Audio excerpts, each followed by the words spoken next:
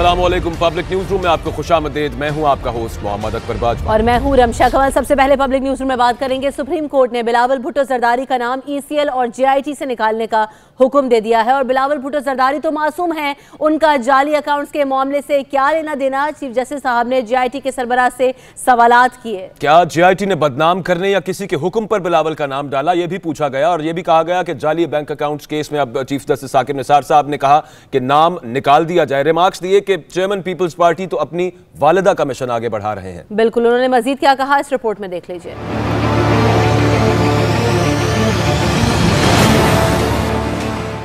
जाली bank accounts case. Chief justice Saqib Nisar की सरबराही में 3 रुकनी बेंच ने केस की समाअत की। Chairman People's Party Bilawal Bhutto Zardari का नाम JIT की फहरिस्त में क्यों शामिल किया गया? चीफ जस्टिस के सवालात। बिलावल भुट्टो जरदारी को JIT ने क्यों मुलव्विस किया? क्या JIT ने बदनाम करने या किसी के हुक्म पर बिलावल का नाम शामिल किया? चीफ जस्टिस कहते हैं बिलावल भुट्टो जरदारी तो मासूम हैं, उन्होंने क्या किया? बिलावल तो पाकिस्तान आकर अपनी वालिदा की विरासत को आगे बढ़ा रहे हैं। चीफ जस्टिस ने वजीर आला सिंध मुराद अली शाह का नाम भी ECL में डालने से मुतालिक इस्तफसार किया।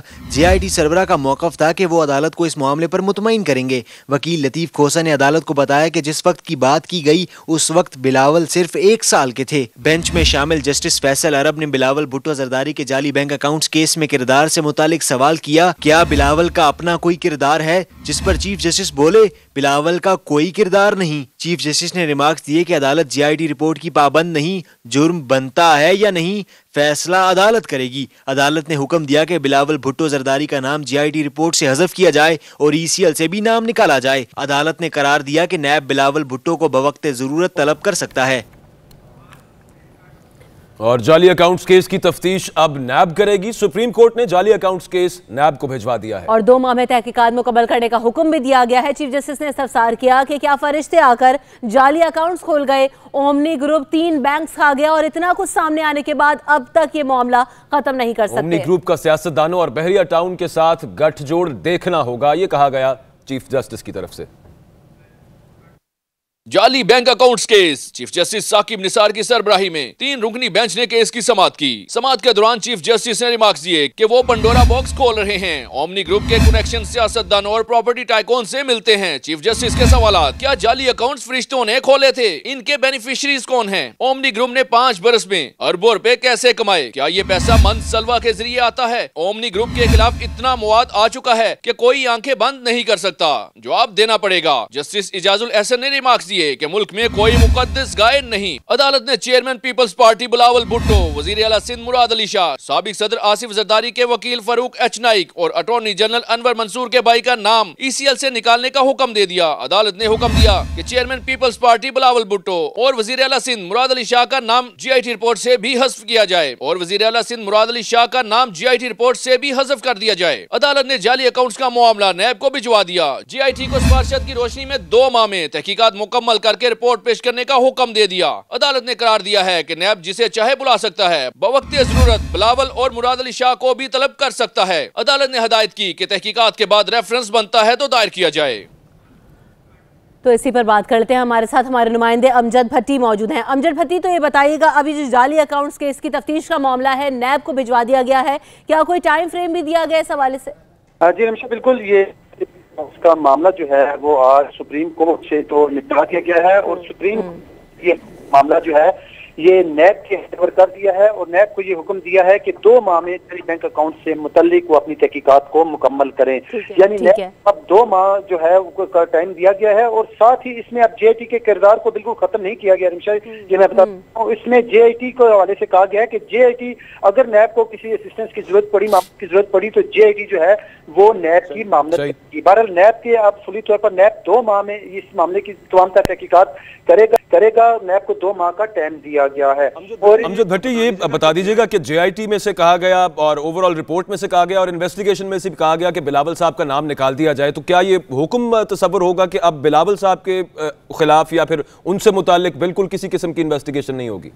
जी अख्तर, बिल्कुल। ये आज जब सुबह के केस की समाअत हुई तो उसमें भी चीफ जस्टिस ने जो ज़बानी तौर पर ऑब्जर्वेशन दी थी, कोई रिमार्क्स दिए थे, और उन्होंने कहा था कि, और उन्होंने आज सुबह समाअत के दौरान तो इंदिया दे दिया था कि इस हवाले से जो बिलावल भुट्टो हैं वो मासूम है। चीफ जस्टिस ने रिमार्क्स दिए थे, उसका नाम क्यों JIT में शामिल किया गया और सारे मामलात है। उस पर उन्होंने ये भी कहा था कि नैब जो है JIT में, जहाँ पर JIT की रिपोर्ट में इसका बिलावल का नाम है, उसको भी रिमूव कर दे, डिलीट कर दे। लेकिन तहरीरी हुक्म में भी अब सुप्रीम कोर्ट ने जो बिलावल भुट्टो है उसको क्लीन चिट दे दी है और कहा है कि न सिर्फ नाम ECL से निकाला जाए बल्कि JIT से भी उनका नाम निकाला जाए। और इस हवाले से अब तकरीबन 4 अफराद का नाम तो ECL से निकाला गया है, जिसमें बिलावल भुट्टो, वज़ीर आला सिंध मुराद अली शाह और इसके अलावा अटॉर्नी जनरल अनवर मंसूर के जो भाई हैं उनका नाम निकाला गया है। और लेकिन साथ ही साथ दो बंदों को तो JIT से ही उनका कहा गया है कि JIT से भी इनका नाम जो है निकाल दिया जाए, जिनमें बिलावल भुट्टो जरदारी और वज़ीर आला सिंध मुराद अली शाह। तो मुराद अली शाह और बिलावल भुट्टो जरदारी साहब का नाम निकलवा दिया गया ECL में से। हमारे साथ रहेगा अमजद भट्टी, हमें ज्वाइन कर रहे हैं माहिर आरिफ चौधरी साहब, उनसे भी इस हवाले से बात करते हैं। आरिफ चौधरी साहब, बहुत शुक्रिया, आपने पब्लिक न्यूज रूम के लिए वक्त दिया। आपसे जानना चाहेंगे कि अब हम ये देख रहे हैं कि जो जाली बैंक अकाउंट्स केस है उनकी जो तफ्तीश करेगी वो नैब करेगी। टाइम भी 2 माह का दे दिया गया है। टाइम फ्रेम एक तो देना कैलकुलेटेड, और फिर आप समझते हैं कि अब नैब के हवाले चला गया है सारा मामला, कैसे देख रहे हैं आप इसको? बात ये है कि अच्छा फैसला है, उसकी वजह यह है कि इसके अलावा और क्या हो सकता था, क्योंकि ये तो मैं हमेशा आपके प्रोग्राम में भी ये कह चुका हूँ कि ये ऐसा नहीं होता कि सुप्रीम कोर्ट आते ही कहे कि अच्छा भी इसे पकड़ लो और ये कर दो। उसकी वजह यह है कि सुप्रीम कोर्ट का काम वो उसी सूरत में था जो JIT उन्होंने मॉनिटर किया और कहा कि भी JIT अपनी रिपोर्ट मुरतब करे। तो JIT की रिपोर्ट के बाद सुप्रीम कोर्ट का यही इकदाम हो सकता था कि वो उसे रेलेवेंट क्वार्टर जो थे, रेलेवेंट अथॉरिटी जो थी वो नैब थी, तो नैब के पास भेज दिया गया है। तो अब ये समझिए कि नैब ने उसे जो उसके पास अब तक एविडेंस JIT की आई है उसी रोशनी में उसकी के अंदाज में आगे चलेगी, और जिस तरह वो केस चला था नवाज शरीफ साहब का उसी तरह वो उसे प्रॉपरली। जॉर्ज साहब, जैसा सुप्रीम कोर्ट में कहा, चीफ जस्टिस साहब ने रिमार्क्स दिए, बल्कि इस्तफसार उन्होंने ये किया कि सिर्फ एक कंपनी का डायरेक्टर हो जाना क्या इस चीज को साबित करता है कि आपने करप्शन की है या नहीं की?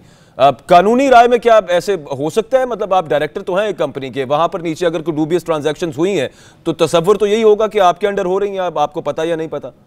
होती है कि जो फौजदारी आपकी लायबिलिटी है ना, क्रिमिनल रिस्पॉन्सिबिलिटी, उसमें डिटरमिन करना होता है कि हर शख्स का रोल क्या है।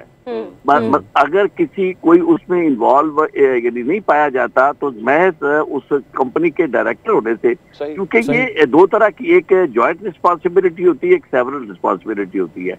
जहाँ क्रिमिनल रिस्पॉन्सिबिलिटी है वो सेवरल में आती है, वो जॉइंट में नहीं आती।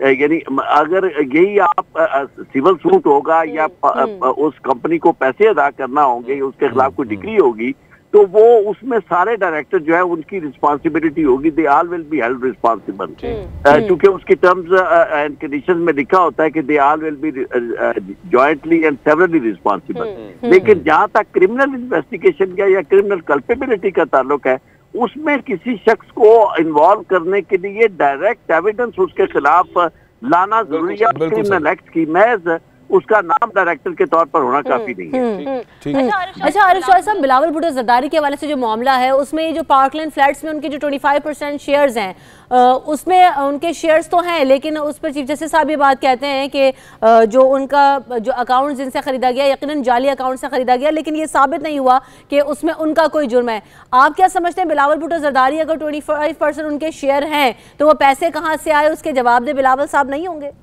बात यह है कि अब ये वो चीज है कि जो सुप्रीम कोर्ट ऑलरेडी डिसाइड कर चुकी है, और इसमें जब सुप्रीम कोर्ट का फैसला देखा जाएगा तो फिर इस पे कमेंट करना ज्यादा मुनासिब होगा। अभी मैं अभी भी सुप्रीम कोर्ट से निकल के आ रहा हूँ, वहाँ आपको पता आजकल वो केसेस सारा दिन चलते रहे, हमारे सामने ये सारे मामला हुए हैं। लेकिन बात यह है कि चूंकि वो फैसले कर रहे हैं, वो चीजों को पेंडिंग नहीं छोड़ना चाहते, तो इसलिए वो इस तरह के केसेस में जहां वो समझते हैं कि भाई ज्यादा लायबिलिटी नहीं बनती या कल्पेबिलिटी नहीं बनती और बंदा इंक्रिमिनेट नहीं हो रहा, तो उन्होंने कर दिया फैसला। We have to see it in the light of his judgment. लेकिन तो ये जो 2 माह का वक्त दिया गया आरिफ चौधरी साहब, आपको लगता है पनामा की तर्ज की बात हो रही है, अब इसको उसी तरीके से लेके चला जाएगा, तो आप समझते हैं कि 2 माह के अंदर सारी तफ्तीश मुकम्मल होकर और चीजें सामने आना शुरू हो जाएंगी, या इससे ज्यादा वक्त लग सकता है? ये है कि अब तफ्तीश तो हो चुकी है। पनामा में तो GIT भी बनी थी, इसमें तो GIT ऑलरेडी अपना काम कर चुकी है। अब तो इसमें नेक्स्ट स्टेप जो है वो GIT की रिपोर्ट्स के और इन्वेस्टिगेशन को यकसू करके और अपने तौर पर जो तो उसमें वो नोक पलक इसकी दुरुस्त कर सकते हैं प्रोसिक्यूशन के तौर पर, तो नैब ने वो उसे दाखिल करना है, रेफरेंस तैयार करके रेफरेंस दाखिल करना है। चौधरी साहब, ये अब जो JIT रिपोर्ट है और ये मामला जो भेजा गया है नैब के पास, ये इंक्वायरी कंसिडर होगी जो अब तक JIT इन्वेस्टिगेट कर चुका है कि इंक्वायरी पूरी हो चुकी है, अब इन्वेस्टिगेशन स्टेट, या फिर डायरेक्ट अब इसकी बुनियाद पे रेफरेंस दायर कर देगी नैब? वही चौधरी साहब बता रहे थे, स्ट्रेट अवे रेफरेंस दायर करेंगे। ये जो है ये एविडेंस उनके पास से एक आ गई है। अब इस एविडेंस को उन्होंने फर्दर प्रूव करना है और जो रिक्वायरमेंट से रेफरेंस की है वो उन्होंने पूरी करनी है। They have to provide an opportunity. वो जो जिनके नाम क्या मामला हो सकता है फिर इस स्टेज पे जिनके नाम आ रहे हैं, आप बात कर रहे थे, उनकी गिरफ्तारियों का क्या मामला हो सकता है? उन्हें गिरफ्तार कर सकती है नैब।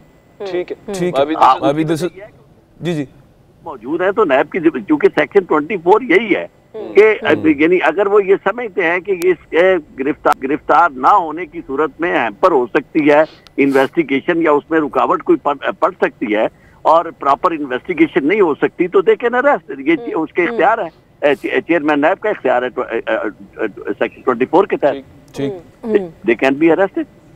ठीक है, बहुत शुक्रिया। आरिफ चौधरी साहब हमारे साथ मौजूद थे और अब ये मामला जो JIT ने तफ्तीश की है उसको अब नैब आगे कंटिन्यू करेगा। और जिस तरीके से आरिफ चौधरी साहब कह रहे थे कि अब रेफरेंस फाइल किया जाएगा, जाली अकाउंट्स केस की तफ्तीश अब नैब करेगी, रेफरेंस फाइल करेगा और सुप्रीम कोर्ट ने जाली अकाउंट्स केस नैब को भिजवा दिया। 2 माह में तहकीकात मुकम्मल करने का हुक्म भी इस हवाले से दे दिया गया है। और अब कुछ बात कर लेते हैं अल-अज़ीज़िया स्टील मिल रेफरेंस मरकजी अपील समाअत के लिए मुकर्रर होने तक सजा मुअत्तली की दरखास्त नहीं सुन सकते, ये chief justice Islamabad high court ने रिमार्क्स दिए हैं। और नवाज शरीफ की सजा मुअत्तली की दरखास्त पर समाअत गैर मुअय्यना मुद्दत तक मुलतवी भी कर दी गई है। फैसल साही हमें रिपोर्ट करेंगे।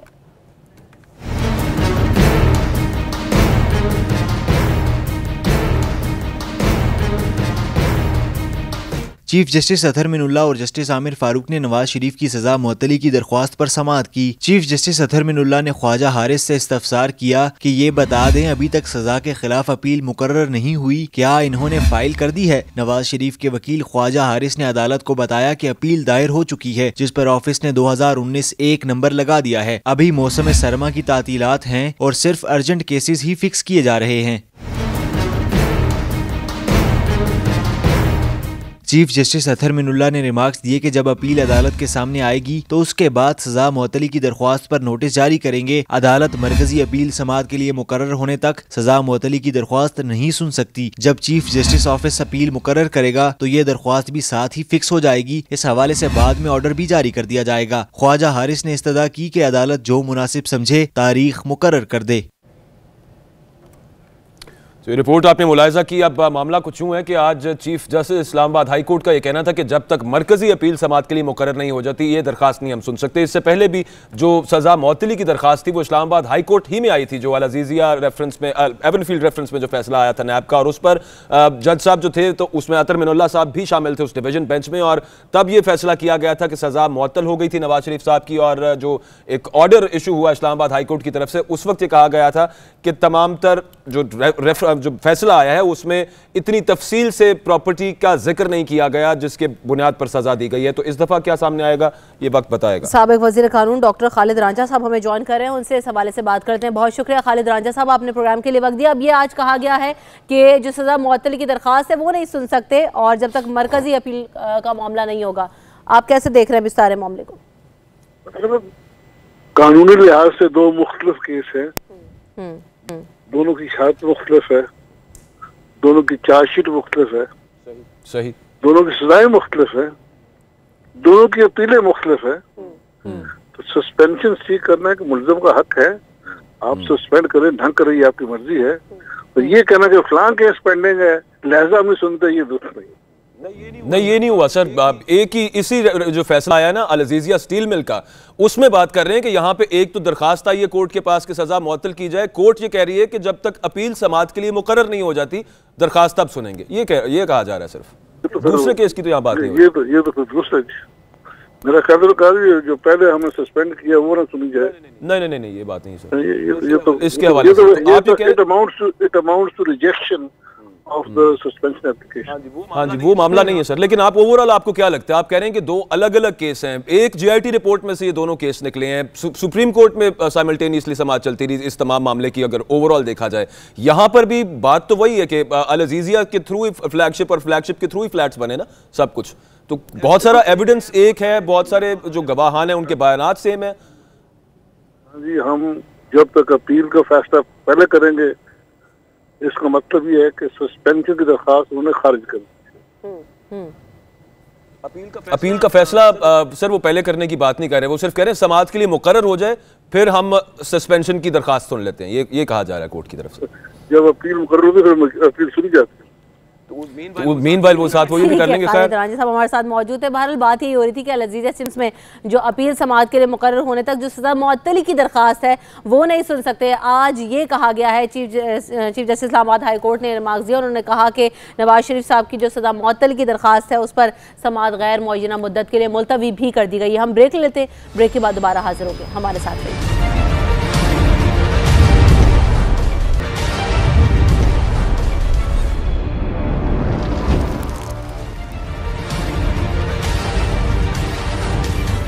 Welcome back. अजब करप्शन की एक और गजब कहानी मंजर आम पर आ गई है। नैब ने 2015-16 में वफाकी हुकूमत की जानिब से खरीदी गई 33 हाई टेक लग्जरी गाड़ियों की खरीदारी से मुताल्लिक तहकीकात का आगाज कर दिया है। जराए के मुताबिक नैब वजारत खारजा और वजारत दाखिला समेत अहम शख्सियात के खिलाफ तहकीकात कर रहा है। नैब दस्तावेजात के मुताबिक 33 बुलेट प्रूफ गाड़ियों की खरीदारी में करप्शन से कौमी खजाने को 98 करोड़ 30 लाख का नुकसान पहुंचा। तो ये जो नैब ने दस्तावेजात शेयर किए हैं उसी के बारे में मजीद तफसील हासिल करते हैं। हमारे नुमाइंदे शाकिर अवान हमारे साथ मौजूद हैं। शाकिर अवान, बताइएगा, मजीद करप्शन की कहानियां खुल रही हैं, लग्जरी कार्स का मामला है, तफसील बताइए।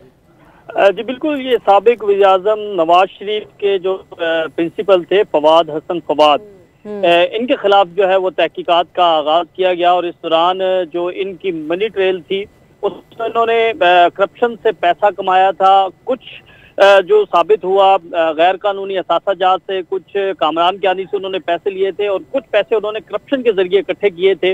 जब उनकी तहकीकात की गई तो पता चला कि फवाद हसन फवाद ने न सिर्फ आशियाना इकबाल, कामरान कियानी, बल्कि उन्होंने दीगर जगहों पर भी जो है वो करप्शन से पैसा इकट्ठा किया। जब नैब ने तहकीकात का दायरा कार वसी किया तो नैब के पास बहुत से शवाहिद आए, जिसमें सबसे अहम शवाहिद जो है वो 33 लग्जरी हाईटेक गाड़ियों की खरीदारी के वक्त जो है वो हुआ। 2015-16 में साबिक वज़ीर-ए-आज़म नवाज शरीफ के दौरे हुकूमत में उस वक्त साबिक प्रिंसिपल सेक्रेटरी फवाद हसन फवाद उनके सेक्रेटरी थे, तो उस दौरान उन्होंने ये 33 लग्जरी गाड़ियां जो है उनकी फरोख्त की मंजूरी दी थी। और नैब ज़राए का ये कहना है कि इसमें वजारत दाखिला, वजारत खारजा, इंटेलिजेंस ब्यूरो के अफसरान, ऑफिशियल्स समेत अहम शख्सियात जो हैं वो इसमें शामिल हैं और इन अहम शख्सियात यकीनन शामिल हैं। मंजूरी दी गई और फवाद हसन फवाद साहब की जानिब से खरीदी गई। तो ये बताइएगा किन के लिए 33 गाड़ियां आई हाईटेक लग्जरी कार्स और फिर किन के ज़ेरे इस्तेमाल रही, क्या ये भी बताया गया है? जी बिल्कुल, हुकूमत पाकिस्तान की जानिब से ये 33 बेश कीमत गाड़ियां गैर मुल्की वफूद और मुल्की अहम शख्सियात को फुल प्रूफ सिक्योरिटी देने की गर्ज से जो है वो मंगवाई गई थी। और इन 33 बुलेट प्रूफ गाड़ियों में BMW, Mercedes Benz, S300, S600 और जो गाड़ियां थी वो मंगवाई गई थी। और इनकी जो मालियत बताई गई है ज़राए के मुताबिक वो 6 अरब से जायद की ये गाड़ियां खरीदी गई, जिसमें 1 अरब रुपए की कमोबेश जो है करप्शन की गई और हर गाड़ी के जो इवज करप्शन के जरिए पैसा इकट्ठा किया गया। नैब ज़राए का ये कहना है कि ये गाड़ियां इंतहाई महंगे दामों खरीदी गई थी। जब नैब ने इसके हवाले से शाकिर, अभी नैब ज़राए बता क्या रहे हैं एग्जैक्टली? आप कह रहे हैं 1 करोड़ रुपए के करीब करप्शन हुई, किस तरह से हुई? यानी कि ओवर इनवॉइसिंग की गई या फिर अंडर इनवॉइसिंग की गई या किकबैक्स लिए गए, क्या बता रही है अब तक नैब? बाजवा 1 करोड़ नहीं, यहाँ पर 1 अरब रुपए की करप्शन जो है वो बताई गई है नैब की जानिब से। और जो 33 गाड़ियां खरीदी गई थी उसमें बताया गया है कि सिर्फ फवाद हसन फवाद मुलव्विस नहीं थे, बल्कि वजारत दाखिला, इंटीरियर मिनिस्ट्री, फॉरेन अफेयर्स के लोग जो थे वो भी इसके अंदर मुलव्विस थे, और जो डायरेक्शन दी जाती थी वो फवाद हसन फवाद की जानिब से दी जाती थी, और उनकी मंजूरी से ये तमाम जो है किकबैक्स भी ली गई, कमीशन भी लिए गए और महंगे दामों ये गाड़ियां भी खरीदी गई। तो इसके हवाले से जो तहकीकात हैं वो चल रही हैं। हमारे नैब ज़राए का कहना है कि फवाद हसन फवाद से कोट लखपत जेल में जो जाकर इसकी तहकीकात जो है वो की जा रही है, और उनसे सवाल जवाब जो है वो भी किए गए हैं। और उनका ये कहना है कि फवाद हसन फवाद से ये पूछा गया है कि 2015 और 2016 में ये गाड़ियां क्यों मंगवाई गई थी, इनकी क्या जरूरत पेश आई थी, और इन गाड़ियों की कीमत क्या थी, और इसके लिए क्या क्या इकदाम किए गए थे, और इन गाड़ियों को खरीदने का तरीकाकार क्या था। ये वो तमाम सवालात जो हैं वो नैब की जानिब से किए गए हैं। और ये 33 जो लग्जरी गाड़ियां हैं, जब वज़ीर आज़म इमरान खान ने तो शाकिर अमान, ये जो फवाद हसन फवाद से सवाल किए गए तो उनकी जानिब से जवाब क्या दिया गया, ये बताया गया नैब ज़राए के ने आपको इस हवाले से?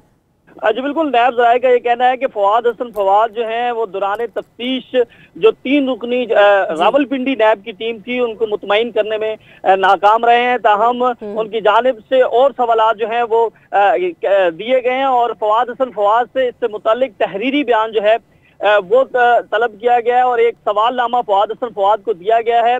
नैब ज़राए का कहना है कि वो सवालनामा फवाद हसन फवाद की जानिब से जब उन्हें मिलेगा तो उसके बाद तहकीकात का दायरा कार मजीद वसी किया जाएगा, और जो उस वक्त अहम शख्सियात इन गाड़ियों की खरीदारी में मुलव्विस थी और इन गाड़ियों की खरीदारी की जो मंजूरी दी गई थी इसके हवाले से भी तहकीकात की जाएंगी। ताहम कोट लखपत जेल में जो तहकीकात हुई हैं शाकिर, ये बता दीजिएगा कि इमरान खान साहब ने जो ऑक्शन की थी, करवाई थी बहुत सारी गाड़ियां, उनमें ये नहीं शामिल, और ये अभी भी जेर इस्तेमाल है मुख्तलिफ महकमों या अफसरान के। जी देखिए, जो नैब ज़राए हैं उनका ये कहना है कि ये 2015-16 में जो ये गाड़ियां ली गई थी उनमें से कुछ गाड़ियां ऑक्शन के लिए जो है वो पेश की गई थी, और उसके हवाले से कोई मज़ीद तफसीलात जो है वो नहीं बताई गई। नैब ज़राए का ये भी कहना है कि जब ये गाड़ियां ऑक्शन के लिए बेची जा रही थी। बहुत शुक्रिया शाकिर अमान, आपने हमें इस हवाले से अपडेट किया। लग्जरी गाड़ियों का मामला है, तकरीबन 1 अरब तक की करप्शन का मामला है, और फवाद हसन फवाद से इस हवाले से तफ्तीश का आगाज कर दिया गया है। आगे बढ़ते हैं, कुछ बात करेंगे। 18वीं तरमीम के जरिए अस्पतालों के इंतजाम की तहलील से मुताल्लिक केस की समाअत हुई। चीफ जस्टिस ने रिमार्क्स दिए कि क्या वफाकी हुकूमत इतनी बेख्तियार होती है कि सूबे में एक अस्पताल नहीं बना सकती? 34 अरब रुपए खर्च करने के बाद वफाकी हुकूमत अस्पताल चला क्यों नहीं सकी? इसी पर बात कर लेते हैं। हमारे नुमाइंदे अमजद भट्टी हमारे साथ मौजूद हैं। अमजद भट्टी, बताइएगा कि सूबे में अस्पताल नहीं बना सकती ये कहा गया, और 34 अरब रुपए खर्च करने के बाद भी ये अस्पताल नहीं चल रहा, क्या मामला है ये अमजद? अमजद भट्टी से रब्ता करेंगे। फिलहाल आपको बताते जाएं कि सुप्रीम कोर्ट में इस अहम केस की समाअत थी, और ये कहा गया कि 18वीं तरमीम के जरिए अस्पतालों के जो इंतजाम की तहलील से मुताल्लिक केस था उसमें रिमार्क्स दिए गए कि वफाकी हुकूमत इतनी बेख्तियार कैसे हो सकती है कि एक सूबे में अस्पताल नहीं बना सकती। इससे पहले भी, इससे पिछली समाअत पर भी ये रिमार्क्स दिए गए थे सुप्रीम कोर्ट की तरफ से कि वफाकी हुकूमत के पास ये इख्तियार हासिल है कि वो चाहे तो सेहत और एजुकेशन के सेक्टर्स में वो डेवलपमेंट काम करवा सकती है सूबों के अंदर। गो कि 18वीं तरमीम के बाद ये मामले दोनों डिवॉल्व होकर सूबों के पास जा चुके हैं, तो इसी हवाले से आज भी कुछ अहम इंस्ट्रक्शंस दी गई। अमजद भट्टी हमारे नुमाइंदे हमारे साथ मौजूद हैं, उनसे बात करते हैं। अमजद भट्टी, बताइएगा मजीद तफसील क्या है कि कहा गया कि वफाक की जानिब के इख्तियार इतना भी इख्तियार नहीं है कि वो अस्पताल चला सकती है? जी बिल्कुल निमिशा, ये 18वीं तरमीम के तहत जो अस्पतालों का इंतजाम था कि इसका इंतजाम जो है वो वफाकी हुकूमत चलाई या सूबा चलाई, इनका मामला था। और आज सुप्रीम कोर्ट में जो शेख जायद हॉस्पिटल है इसका आज मामला जो है इस केस के दौरान सामने आया, और इसमें चीफ जस्टिस कहना था कि क्या वफाकी हुकूमत इतनी बेख्तियार होती है कि सूबे में जो अस्पताल भी नहीं बना सकती। असल में इसमें सुप्रीम कोर्ट की ऑब्जर्वेशन सामने आई थी कि सूबे जो हैं वो अपने तौर पर तो बेहतर जो अस्पतालों के इंतजाम नहीं चला सकते, और अगर वफाक इसमें मुदाखलत ना करे तो क्या सूबे के जो आवाम है क्या वो उन्हें सेहत की बेहतर सहूलियात मैसर ना हो सकें।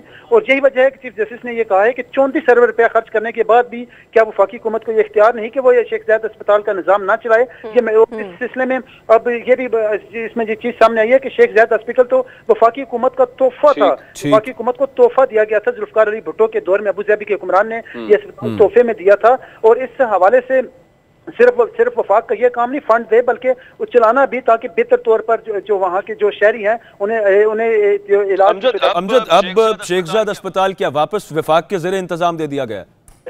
देखिए, इसमें अदालत ने अब पर फैसला महफूज कर लिया है अदालत ने, और क्योंकि अदालत में इस वाले से कुछ तहफ़्फ़ुज़ात सामने आए हैं जिसमें अब एडवोकेट जनरल सिंध, क्योंकि ये तो चारों सूबों के अस्पतालों का मामला था, बिलखसूस सिंध का भी, और जब एडवोकेट जनरल सिंध ने कहा कि जो मिट्टी जो है सिंध का एक इलाका है वहाँ पे NICVD सेंटर है, तो वो सेंटर भी है, तो जिस पर अब चीफ जस्टिस ने एडवोकेट जनरल सिंध से भी कहा कि मिट्टी में आपने अस्पतालों की हालत-ए-ज़ार देख भी ली है कि क्या हालत-ए-ज़ार है। यानी सुप्रीम कोर्ट के इस हवाले से ये एक कुछ ऑब्जर्वेशन सामने आई है कि असल मकसद ये होना चाहिए कि शहरियों को इलाज मुआवजे की बेहतर सहूलियात मुयसर हो, चाहे वो सूबा चलाए और चाहे वो वफाक चलाए, लेकिन वफाक के इंतजाम से जो अस्पतालों के इंतजाम है वो बेहतर तौर पर चलाया जा सकता है। बहरहाल अदालत ने इस केस की समाअत मुकम्मल होने पर इसका फैसला महफूज कर लिया है।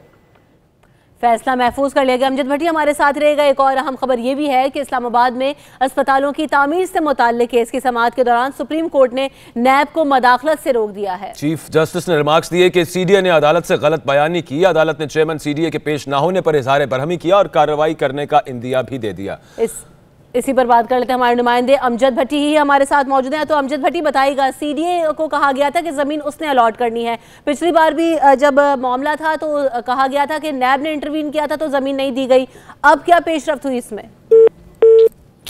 अमजद भट्टी से मजीद बात करेंगे। इस्लामाबाद में अस्पतालों की तामीर से मुताल्लिक केस की समाअत के दौरान सुप्रीम कोर्ट ने नैब को मदाखलत से रोक दिया गया है और इससे पहले CDA की जानिब से वर्जन दिया गया था कि नैब ने मदाखलत की है, जिसकी वजह से जो ज़मीन की अलॉटमेंट का मामला है वो रुक गया था और नैब इंक्वायरी कर रहा था, जिसकी वजह से ये सारे मामला पेंडिंग हुए, जिस पर चीफ जस्टिस साहब ने यह हुक्म दिया था कि आज ही बोर्ड मीटिंग बुलाई जाए और CDA की जानिब से ज़मीन का तयन किया जाए ताकि जो मामला है अस्पताल की तामीर का, इससे निपटाया जा सके। चेयरमैन CDA को भी आज तलब किया गया था, ताहम चेयरमैन CDA जब नहीं पेश हुए और यह भी कहा गया अदालत की तरफ से कि CDA ने इससे पहले कुछ गलत बयानी की है अदालत के साथ, तो उसके बाद अब कार्रवाई करने का इंदिया भी चीफ जस्टिस साहब की तरफ से दे दिया गया है। चेयरमैन CDA के खिलाफ कार्रवाई की जा सकती है। आगे बढ़ते हैं, कुछ बात करेंगे। पंजाब सेफ सिटी अथॉरिटी की तारें और बैटरियां चोरी करने वाला गिरोह पकड़ा गया और 7 रुकनी गिरोह ने Muslim town, Faisal town, Ghalib market और शादरा के इलाकों में वारदातें की। तफसीलात दुआ मिर्जा से जानेंगे। फिलहाल आपको बताते जाएं कि लाहौर में सेफ सिटी प्रोजेक्ट की तारें और बैटरीज चोरी करने वाला एक गिरोह है जो सरगर्म था कुछ अरसे से और बैटरीज और तारें चोरी कर ली जाती थी, वो पकड़ा गया है। 7 रुकनी ये गिरोह है और इन्होंने लाहौर के मुख्तलिफ इलाकों जिनमें मुस्लिम टाउन है, फैसल टाउन है, गालिब मार्केट और शादरा के इलाके हैं, यहाँ पर ये वारदातें की थी। ताहम अब इन मुल्जिमान को पकड़ लिया गया है। दुआ मिर्जा हमारी नुमाइंदा हमारे साथ मौजूद है। दुआ मिर्जा बताइएगा, सेफ सिटी प्रोजेक्ट खुद सेफ नहीं है और जो बैटरी चोरी के वाकयात होते रहे उसके बारे में क्या तफसील है आपके पास? बिल्कुल, पंजाब सेफ सिटीज अथॉरिटी की तारें और बैटरी चोरी करने वाला गिरोह गिरफ्तार हो गया। 7 रुकनी गिरोह था जिसने मुख्तलिफ मकामात से तारें और बैटरियां चोरी करने में मुलव्विस था। गिरोह ने Muslim town, Faisal town, Ghalib market और शादरा के इलाकों में वारदातें की। इसके अलावा सेफ सिटीज के गिरोह के खिलाफ मुख्तलिफ थानों में 12 मुकदमात भी दर्ज करवा दिए। गिरोह को हिरासत में लेकर कार्रवाई के चालान जमा करवाए जा चुके हैं। सेफ सिटी के काम की जानिब से मुताल्लिका SHOs को बेहतरीन कार्रवाई पर शाबाश भी दी गई है। इसके अलावा शहर में अमन अमान यकीनी बनाने के लिए सेफ सिटी से कैमरों से 24 घंटे निगरानी की जा रही थी और ये इंकशाफ भी हुआ था कि इसकी कैमरों की जो बैटरी है वो चोरी हो जाती है, इसलिए उसका बहुत शुक्रिया दुआ मिर्जा, आप हमें अपडेट कर रही थी। सेफ सिटी की तारें और बैटरियां चोरी करने वाला गिरोह पकड़ लिया गया है। 7 रुकनी गिरोह है जिसने Muslim town, Faisal town, Ghalib market और शादरा के इलाकों में वारदातें की। सेफ सिटी प्रोजेक्ट खुद सेफ नहीं है, इससे पहले भी कई कॉन्ट्रोवर्सीज का शिकार रहा है। जो कैमरे खराब होने का मामला था वो भी मंजर आम पर आया। उसके बाद अब देख रहे हैं कि इसी के जो सेफ सिटी अथॉरिटी की तारें और बैटरियां चोरी करने वाला जो गिरोह था, बहरहाल उसको पकड़ लिया गया है। लाहौर के मुख्तलिफ इलाके हैं जहां पर ये वारदातें किया करता था और ये बैटरीज इस गिरोह से जिनको मेंबरान को जो गिरफ्तार किया गया है उनसे वापस अपनी तहवील में ली गई हैं और उन तमाम मुल्जिमान के नाम हैं। ये 7 अफराद हैं जिन पर ये गिरोह था, 7 अफराद का, और मुख्तलिफ इलाकों में वारदातें करते थे जिनमें ग्रीन टाउन है, गालिब मार्केट है, शादरा है और दीगर इलाके हैं मुस्लिम टाउन और फैसल टाउन के। तारें और बैटरीज सेफ सिटी कैमराज की जो पूरे शहर में इंस्टॉल किए गए, नस्ब किए गए, ये वहां से चुराते थे और आगे बेच देते थे। उसके बाद बहुत अरसे से ये मामला सामने आ रहा था। अब पुलिस ने बिलाखिर 7 रुकनी गिरोह को गिरफ्तार किया। आगे बढ़ते हैं, कुछ बात करेंगे कराची में जारी इंसदादी तजावुजात ऑपरेशन के बारे में, लेकिन हम यहाँ पर ब्रेक लेंगे। ब्रेक के बाद हाजिर होते हैं।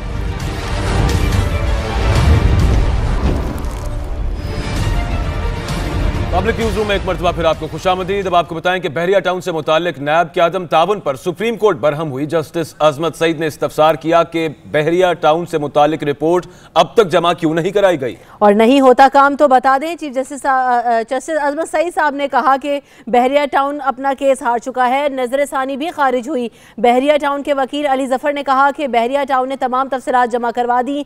जस्टिस अजमत सईद ने कहा कि अपने मौकिल को समझाएं, अदालत के साथ ताउन करें, हमारा सब्र खत्म हो रहा है और हमें सख्ती पर मजबूर ना करें। उन्होंने कहा कि अगर अलॉटीज के हुकूक मुतासर हुए तो जिम्मेदार मलिक रियाज होंगे। तो आज बरहमी का इजहार किया गया अदालत आलिया की तरफ से और बहरिया टाउन से मुताल्लिक केस के हवाले से बहुत अहम रिमार्क्स दिए गए। जस्टिस अजमत सईद शेख साहब ने यह इस्तफसार किया कि बहरिया टाउन अपना केस हार चुका है।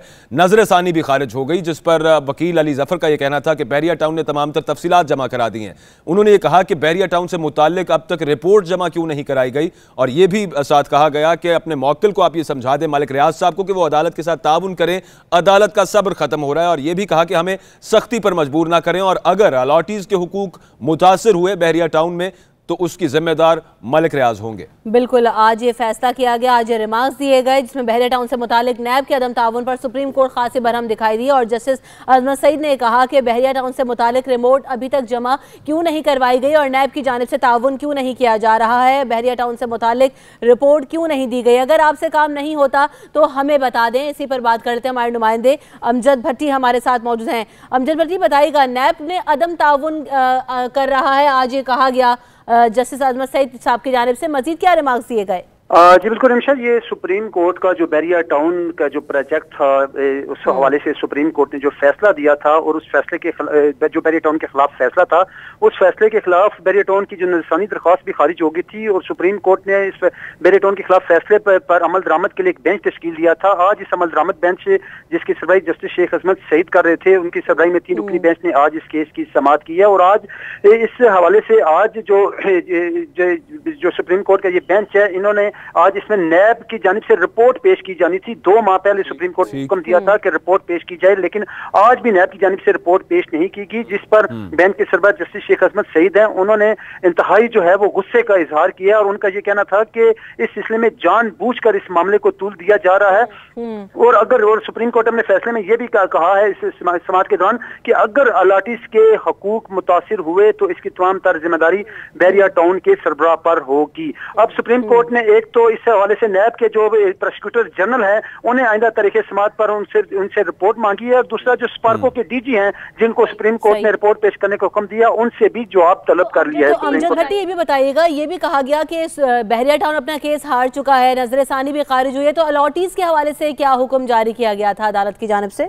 देखें, बहरिया टाउन, जैसे मैंने अपने पेपर के स्टार में बताया कि बहरिया टाउन इसके केस हार चुका है और इस फैसले के खिलाफ नजरसानी दरख्वास्त की जो समाअत अपील की थी वो भी अब जो है वो भी खारिज हो चुकी थी। अब सिर्फ उस पर अमल दरामद को यकीनी बनाना था और सुप्रीम कोर्ट ने जो अपना फैसला था उसमें यह कहा था कि जो भी मामलात हैं इसकी तमाम तर जिम्मेदारी तो बहरिया टाउन पर होती है, बहरिया टाउन के सरबराह मलिक रियाज पर होती है, लेकिन अलॉटीज जिन्होंने अरबों रुपये सरमायाकारी की हुई है उनके हकूक किसी सूरत सुप्रीम कोर्ट के फैसले की सूरत में मुतासिर नहीं होने चाहिए, उन्हें उसी तरीके से रिलीफ मिलना चाहिए क्योंकि कसीर तादाद में न सिर्फ पाकिस्तानी बल्कि ओवरसीज ने भी इसमें इन्वेस्टमेंट कर रखी है। लेकिन क्योंकि अब ये मामला तूल पकड़ता जा रहा है, 2 माह पहले सुप्रीम कोर्ट ने कहा था कि रिपोर्ट जमा करवाएं, नैब की जानिब से रिपोर्ट नहीं जमा कराएगी और आज तो जेआईटी का भी जिक्र हुआ और जस्टिस शेख अजमत सईद ने कहा कि एक दूसरी जो जाली बैंक अकाउंट्स की जो जेआईटी थी उसने तो रिपोर्ट जमा करवा दी है, उसने तो अपनी रिपोर्ट कंक्लूड करके जमा करवा दिया। अमजद भट्टी, ये बताइएगा कि जैसा आपने कहा पहले भी बिल्कुल जो फैसला आया था सुप्रीम कोर्ट का उसमें ये नजरसानी बेंच बनाया गया और फिर उसके बाद वो तमाम मामला देख रहे थे। जो अमाउंट है जो वहाँ पे अब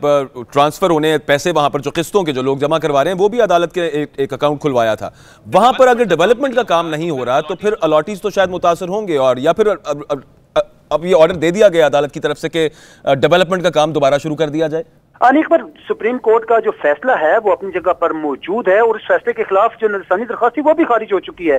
अब तो उस फैसले पर अमल दरामद का मरहला है। यही वजह है कि ये अमल दरामद बेंच है। अब सुप्रीम कोर्ट की जो उसमें रिकमेंडेशन आई है, अब इस बेंच ने उस पर उन रिकमेंडेशन पर उस हुक्म पर अमल दरामद को यकीनी बनाना है। लेकिन ये उसी वक्त वो प्रोसेस शुरू होगा जब जो नैब की जानिब से जो रिपोर्ट है वो सुप्रीम कोर्ट में पेश की जाएगी। लेकिन ये सभी तब सब कुछ मुमकिन होगा जब सुप्रीम कोर्ट में नैब की जानिब से जो रिपोर्ट कहा गया था वो पेश की जाएगी, जिस पर आज भी कहा गया सही साहब की जानिब से कि वो रिपोर्ट नहीं दी जा रही और अगर नैब से अपना काम नहीं होता तो वो बता दें। बहुत शुक्रिया, आपने हमें सारे मामले पर अपडेट किया। आगे बढ़ेंगे, बात करेंगे कराची के इलाके लियारी में पानी की किल्लत और सीवरेज की अबतर सूरत हाल पर बलदियाती नुमाइंदों ने वाटर बोर्ड हेड ऑफिस के बाहर धरना दे दिया है। मुजाहिरीन ने कहा कि शहरी पानी की बूंद बूंद को तरस रही है, मसला फौरी तौर पर हल किया जाए। आपको बताते जाएं कि आज धरना दे दिया शहरियों ने और वाटर बोर्ड के सामने, और उनका ये कहना था कि पानी का मसला संगीन होता जा रहा है कराची भर में, और खासतौर पर कराची के इलाके लियारी में जो पानी की किल्लत और सीवरेज की जो अबतर सूरत हाल है उस पर बल्दियाती नुमाइंदों ने वाटर बोर्ड हेड ऑफिस के बाहर धरना दिया और ये कहा कि शहरी पानी की बूंद बूंद को तरस रहे हैं, ये मामला फौरी तौर पर हल किया जाए। बिल्कुल, मुजाहिरीन ने कहा है कि पानी नहीं है, मसाइल बढ़ते जा रहे हैं, इलाके में पानी की सूरत हाल खराब होती जा रही है। इसी पर बात कर लेते हैं, हमारे नुमाइंदे मुनीर साकी हमारे साथ मौजूद हैं। मुनीर साकिर, बताइएगा, एक तो लियारी में कब से पानी नहीं आ रहा और फिर जो बलदियाती नुमाइंदे वाटर बोर्ड हेड ऑफिस के बाहर धरना दिए बैठे वो क्या कह रहे हैं? जी देखें, कराची के लियारी के इलाके में काफी अरसे से पानी नहीं आ रहा। वहाँ के मुंतखब नुमाइंदे चेयरमैन वहाँ जो है वो फयाज मलक अपने अरकान के हमरा वहाँ पे धरना दे के बैठे हुए। वो कह रहे हैं कि वाटर सीवरेज बोर्ड वाले ना तो पानी दे रहे, ना सफाई सुथराई के इंतजाम वहाँ के मौजूद हैं, इसलिए हम यहाँ पे एहतजाज कर रहे हैं। हमें पानी का साफ पीने का पानी की किल्लत जो है दूर की जाए। जी बहुत शुक्रिया मुनीर साकी, आपने सारे मामले से हमें अपडेट किया। वाटर बोर्ड के हेड ऑफिस के बाहर बल्दियाती नुमाइंदे धरना दिए बैठे हैं और उनका ये कहना था कि कराची लियारी में पानी का मसला बहुत संगीन होता जा रहा है और अब तक इसको हल नहीं किया गया। तो मुनीर साकी हमारे साथ ही मौजूद हैं। मुनीर, आप ये बताइएगा कि धरना तो इन्होंने दिया, आज यकीन दहानी क्या कराई गई है, वादा क्या किया गया है जिसके बाद धरना कॉल ऑफ हुआ? मुनीर, आवाज आ रही है आपको? मुनीर साकी से बात करेंगे। लियारी में पानी की किल्लत का मामला है, सीवरेज की अबतर सूरत हाल पर बलदियाती नुमाइंदों ने वाटर बोर्ड हेड ऑफिस के बाहर धरना दिया हुआ है और शहरी ये कह रहे हैं कि पानी नहीं आ रहा, जिसकी वजह से बूंद बूंद पानी को तरस रहे हैं और इलाके में जो सूरत हाल है वो इंतहाई अबतर है, क्योंकि जो सीवरेज लाइनें हैं वो बुरी तरीके से मुतासर हो रही हैं, जिस पर बलदियाती नुमाइंदे पहुंचे वाटर बोर्ड हेड ऑफिस के बाहर, जहाँ उन्होंने धरना दिया और उनका ये कहना था कि हमारे जो मुतालबात हैं वो माने जाएँ, जिसके बाद धरना कॉल ऑफ कर दिया गया। मुनीर साकी हमें अपडेट कर रहे थे, उनका बहुत शुक्रिया। कराची ही की बात करते हैं, जहां पर इंसदाद तजावुजात ऑपरेशन काफी दिनों से जारी है। रोजाना सैकड़ों दुकानें और नाजायज तजावुजात गिराई जाती हैं और ऑपरेशन के बाद मलबा डंप करने का सिलसिला शुरू कर दिया गया है और मलबे को महमूदाबाद, मेवा शाह और दीगर नशेबी इलाकों में डंप किया जा रहा है। उन तजावुजात के मलबे में बजरी, कंक्रीट, सरिया और कीमती सामान भी शामिल है। इसी पर बात करेंगे, हमारे नुमाइंदे उसामा अतीक हमारे साथ मौजूद हैं। उसामा, अपडेट कीजिएगा, कहाँ कहाँ ऑपरेशन हो रहा है, कहाँ मलबा उठाने का काम जारी है? जी बिल्कुल, देर आए दुरुस्त आए, बिलाखिर जो KMC के हुक्काम हैं उनको ख्याल आ गया कि जहाँ जहाँ भी तजावुजात के खिलाफ ऑपरेशन किया गया था वहाँ पे मलबे के अंबार लगे हुए थे। ना सिर्फ शहरी परेशान थे बल्कि ट्रैफिक की आमदो रफ्त में भी शदीद मुश्किलात का सामना था। इस वक्त सदर के इलाके में जो ऑपरेशन किया गया, लाइट हाउस में जो किया गया, जूना मार्केट में और उसके अलावा सदर के इतराफ़ की दीगर मार्केट में जितना भी ऑपरेशन किया गया, उस मलबे को उठाने का काम अब शुरू हो गया है। और उसके बाद भी गार्डन के इलाके में जो ऑपरेशन किया गया, 405 से ज़ायद दुकानें और दफातर को मस्मार किया गया। इस वक्त शहर कायद में 2 डंपिंग पॉइंट बनाए गए हैं। एक तो महमूदाबाद गेट के मुकाम पे बनाया गया है और दूसरा डंपिंग पॉइंट मेवा शाह कब्रिस्तान के पास बनाया गया है। तमाम तर मलबे को डंप किया जा रहा है। KMC की जानिब से म्यूनसिपल सर्विसेज जो है वो इस काम को सर अंजाम दे रही हैं और हमने जब बात की senior director anti encroachment Bashir Ahmad Siddiqui से, तो उनका यही कहना था कि उनके पास इतने वसाइल मौजूद नहीं है, ना ही वो माली तौर पर इतने स्टेबल हैं कि मलबे को जल्द से जल्द उठाया जाए। इस तरह से जिस तरह आहिस्ता आहिस्ता उनको बजट मिल रहा है तो वो मलबे को उठाने का काम उन्होंने तेजी से शुरू कर दिया। इस वक्त भी हम डंपिंग पॉइंट पर मौजूद हैं और यहाँ हम देख सकते हैं कि पीछे मलबे के ढेर लगना शुरू हो गए हैं। कल हमने देखा कि गार्डन के इलाके से 20 के करीब जो है डंपर को लाया गया और यहाँ पे डंपिंग पॉइंट पे यहाँ पर हम बात यही कर रहे थे कि इस तमाम मलबे के अंदर खासतौर पे सरिया मौजूद है और जो ऐसी चीजें इसमें मौजूद हैं जो बिक सकती हैं, वो सब कहां पर जा रहा है? सवाल तो यहाँ पर ये पैदा हो रहा था। और फिर अगर वो बेचा जा रहा है, उसकी कोई बोली लगाई जा रही है और फिर वो पैसे किसके अकाउंट में जमा हो रहे हैं, ये क्या मामला है? जी बिल्कुल, इब्तिदाई तौर पर तो यही बताया जाता है कि तमाम जितना भी मलबा था वो उठाने के बाद यहाँ पे डंपिंग पॉइंट पर लाया जा रहा है और उसके बाद ही ये हुक्काम डिसाइड करेंगे कि आया इसका क्या करना है। लेकिन अगर हम देखें कि जिस जगह पे मलबा मौजूद था तो वहाँ पे लोगों को हमने बड़ी तादाद देखी कि जहाँ पे सरिये को चोरी करने की भी हमने कुछ मनाजिर देखे। लेकिन उसके बाद पुलिस और रेंजर्स की नफरी को भी वहाँ तैनात किया गया है जिन जिन इलाकों में भी ऑपरेशन जारी है, ताकि किसी किस्म के भी इस तरह के इकदाम को रोका जा सके और चोरी करने से तमाम लोगों को रोक सके। और मलबे को डंपिंग पॉइंट पर शिफ्ट किया जा रहा है। उसके बाद हुकाम ये डिसाइड करेंगे कि इस मलबे को किस तरह से यूटिलाइज करना है। जी उसामाती, ये भी बताइएगा, ऑपरेशन दीगर इलाकों में भी जारी है, मलबा उठाने का काम यकीनन हो रहा है, अब ऑपरेशन कहाँ कहाँ हो रहा है ये भी बताइए। जी बिल्कुल, ऑपरेशन जिस तरह के हमने देखा कि आज सुबह तक की जो अपडेट थी कि कल गार्डन के इलाके में 2 रोज तक ऑपरेशन जारी रहा था और उसके में 405 दुकानों और दफातर गिराए गए थे। आज कहा यह गया था कि डिस्ट्रिक्ट सेंट्रल में ऑपरेशन किया जाएगा, लेकिन अमला पहुंचने के बाद डिप्टी कमिश्नर के पास अमला पहुंचा है और 1 बजे का जो नोटिफिकेशन जारी किया गया था बर वक्त ऑपरेशन शुरू नहीं हो सका। हमने बारहा उनको कॉल्स करने की कोशिश की, वजह मालूम करने की कोशिश की, लेकिन हमें किसी किस्म की कोई दलील नहीं दी गई। उसके अलावा कहा जाता था कि नॉर्थ कराची में भी आज ऑपरेशन का आगाज़ हो जाएगा, लेकिन कहने के और नोटिफिकेशन जारी होने के बावजूद इन दोनों ही इलाकों में आज ऑपरेशन नहीं किया गया। आज सिर्फ मलबा उठाने का काम किया गया। जो कल ऑपरेशन हुआ था गार्डन के इलाके में, मलबे के अंबार लगे हुए, वहाँ पर ट्रैफिक की आमदोरफ्त मुतासिर हो रही है। तो कहा यह जाता है कि पहले आज के रोज़ वो ट्रैफिक की जो रवानगी है उसे बहाल कर देंगे और कल और परसों जो 2 रोज हैं वहां से सारा मलबा खत्म करके तो ट्रैफिक की रवानी मुतासिर ना हो, इसीलिए अब क्लियर करवाया जाए। उसके बाद सेकंड फेज में ऑपरेशन दोबारा कंटिन्यू किया जाएगा। उसामाती का आपने हमें अपडेट किया, आपका बहुत शुक्रिया। और वजीर आज़म इमरान खान से वफाकी वज़ीर इत्तलात फवाद चौधरी ने मुलाकात की। जरा ये बताते हैं कि इस मुलाकात में मुल्क की सियासी सूरत हाल और अहम उमूर पर तबादला ख्याल किया गया। वजीर इत्तलात ने बिलावल भुट्टो जरदारी और मुराद अली शाह का नाम ECL से निकालने के अदालती फैसले से भी वजीर आज़म इमरान खान को आगाह किया। तो आज ये मुलाकात हुई है जहाँ वफाकी वज़ीर इत्तलात फवाद चौधरी ने इमरान खान साहब से मुलाकात की और ये कहा जा रहा है कि इस मुलाकात में मुल्क की सियासी सूरत हाल और अहम उमूर पर तबादला ख्याल किया गया और खुसूसी तौर पर बिलावल भुट्टो जरदारी और मुराद अली शाह के नाम ECL से निकालने के अदालती फैसले से मुताल्लिक भी वजीर आज़म साहब को आगाह किया गया है। मुल्क की सियासी सूरत हाल खास तौर पर इस मुलाकात में डिस्कस हुई और अहम उमूर पर तबादला ख्याल हुआ। वज़ीर इत्तलात फवाद चौधरी और इमरान खान साहब के दरमियान ये मुलाकात हुई। क्या कुछ इस मुलाकात में डिस्कस हुआ, टिका खानसानी हमें बताएंगे। जी टिका, अपडेट कीजिए। जी तकरीबन 1.5 घंटे से ये मुलाकात जारी है। वज़ीर आज़म इमरान खान को आज की ब्रीफिंग दी जा रही है, खासतौर पर अदालती केस के हवाले से और जाली अकाउंट्स केस के ऊपर जो अदालत की तरफ से अहकामात किए गए इसके ऊपर हिकमत अमली तय की जा रही है और हुकूमत की पॉलिसियों, इसके अलावा वजारत इत्तलात और नशरियात की अपनी जो परफॉर्मेंस है उसके ऊपर बात हो रही है और वजारत के उमूर पर तबादला ख्याल हो रहा है। मुल्क की सियासी सूरत खास तौर पर बिलावल भुट्टो जरदारी और वजीर आला मुराद अली शाह के नाम जो निकालने के हवाले से हिदायत की जा रही है, उस हवाले से मुशावरत इस इजलास में जारी है कि तरीकाकार क्या होना चाहिए। इसके बाद काबीना में इसको ठीक है, मुलाकात हुई है और मुलाकात में ब्रीफिंग दी जा रही है। वज़ीर आज़म इमरान खान साहब को मुराद अली शाह और बिलावल भुट्टो जरदारी का जो नाम है ECL से निकालने के हवाले से जो अदालती फैसला आया उससे मुताल्लिक हम यहाँ पर ब्रेक लेंगे। ब्रेक के बाद हाजिर होते हैं हेडलाइंस और दीगर इशूज़ के साथ। हमारे साथ रहिए।